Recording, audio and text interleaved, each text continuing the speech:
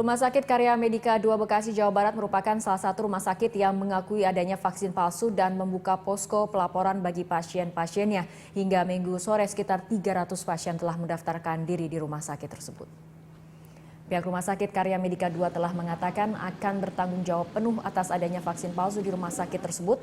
Namun orang tua yang anaknya pernah diimunisasi harus mau datang dan melaporkan diri. Sebagian besar pasien yang datang berharap adanya pemeriksaan lanjutan terhadap efek samping dari vaksin palsu tersebut.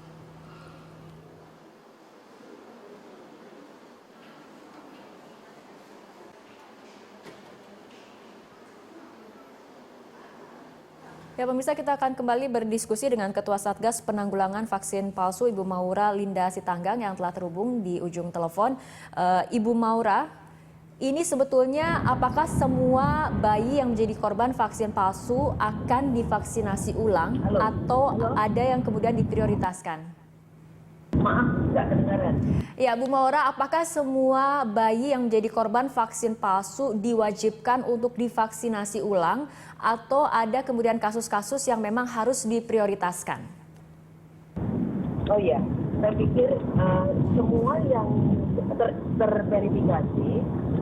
terverifikasi, itu akan dihubungi untuk mendapatkan vaksin ulang. Soal prioritas itu adalah soal waktu. Jadi maksudnya kalau umur 0 sampai 1 tahun itu merupakan prioritas, tentu kita harus prioritaskan. Nanti dia keburu sudah dewasa. Ya. Iya, tapi artinya dari pemerintah ataupun dalam hari ini Satgas akan proaktif kemudian menghubungi yang menjadi korban vaksin palsu dan akan divaksinasi ulang seperti itu? Iya betul, karena itu perlu penjadwalan dan hasil setiap kali ada data verifikasi kita akan jadwalkan begitu ya. Halo? Siapa saja yang harus divaksinasi ulang? Nampaknya ini informasinya masih belum sampai dengan jelas kepada orang tua korban. Kita lihat di sejumlah rumah sakit ataupun di salah satu rumah sakit bahkan sampai membentuk krisis center mandiri karena masih adanya kebingungan informasi mengenai apakah kemudian anaknya menjadi korban vaksin palsu atau tidak. Ini dari Satgas seperti apa, Bu? Ya, jadi mekanismenya seperti ini. Dari data yang verifikasi, di orang tua anak dihubungi. Namun untuk orang tua yang merasa kenapa belum dihubungi atau apakah dia terkena vaksin palsu atau tidak, itu silahkan menelpon ke Halo Kemkes 1-500-567. Ya, jadi dari situ nanti kita akan mencek apakah penjadwalannya perlu dilakukan atau memang sebenarnya anak itu sebenarnya tidak terkena vaksin palsu. Kami ulangi kembali, jika kemudian ada memang orang tua yang ingin mendapatkan informasi mengenai kepastian status anaknya, apakah kemudian harus divaksinasi ulang atau tidak, ada ke 1-500-567 seperti itu, Bu Maura? Betul, itu Halo Kemkes. Dari Satgas sendiri, apakah kemudian juga mendesak agar pihak rumah sakit kemudian bisa lebih terbuka mengenai data siapa saja anak yang menjadi korban vaksin palsu, jenis apa saja vaksin yang kemudian terpapar pada anak bayi tersebut, seperti itu Bu Maura? Ya, kami tidak hanya mendesak saja, tetapi mewajibkan mereka untuk mendata dan memberikan datanya. Lalu tim-tim evaluasi dari Satgas ini sudah turun dan akan melanjutkan turun selama minggu ini ke 14 rumah sakit dan memverifikasi data-data itu sehingga kita memperoleh informasi yang lengkap dan akurat.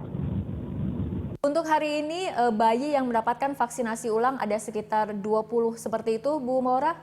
Iya, di lokasi, di masing-masing lokasi 2 rumah sakit itu masing-masing 20. Kemudian di Ciracas seselesainya penjadwalannya, tetapi kita sudah mendata bahwa total di Ciracas itu 197 anak.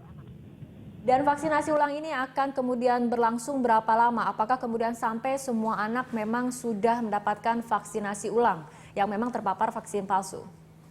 Tentu semua anak sudah mendapat vaksin ulang yang terkena vaksin palsu itu akan diselesaikan.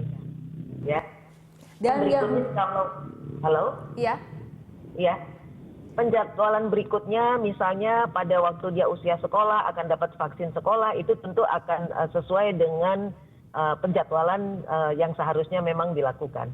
Oke, Bu Maura, kemudian di luar kemudian vaksinasi ulang yang akan dilakukan oleh kementerian ataupun dari Satgas sendiri, ada juga yang masih merasa khawatir bagaimana efek jangka panjang dari vaksin palsu tersebut.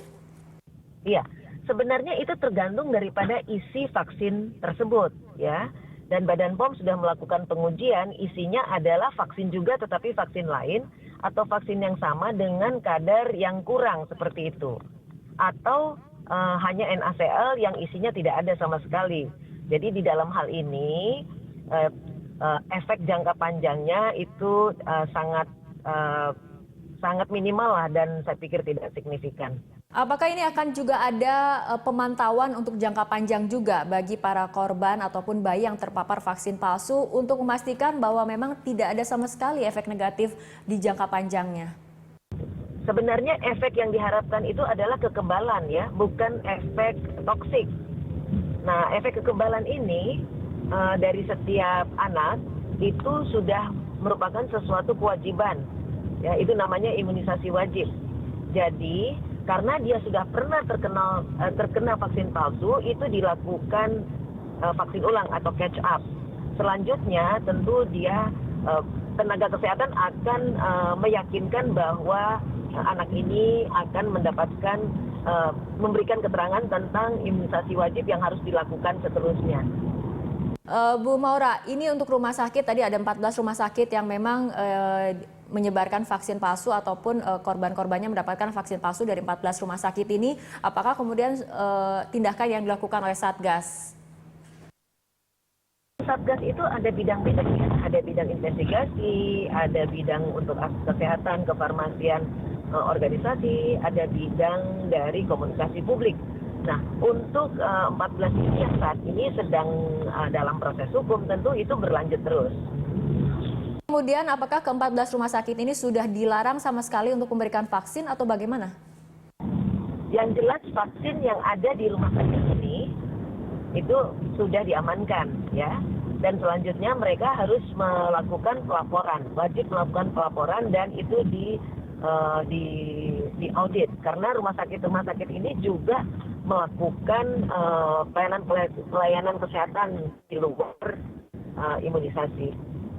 Maura, untuk vaksinasi ulang ini kan kemudian masih berada di daerah Jabodetabek seperti itu, sementara dugaan penyebaran vaksin palsu ada di provinsi lainnya, ada di Aceh, Sumatera Barat, Lampung, Banten, Jawa Tengah, Yogyakarta, Jawa Timur. Apakah kemudian tindakan serupa juga akan diberlakukan di daerah-daerah tersebut?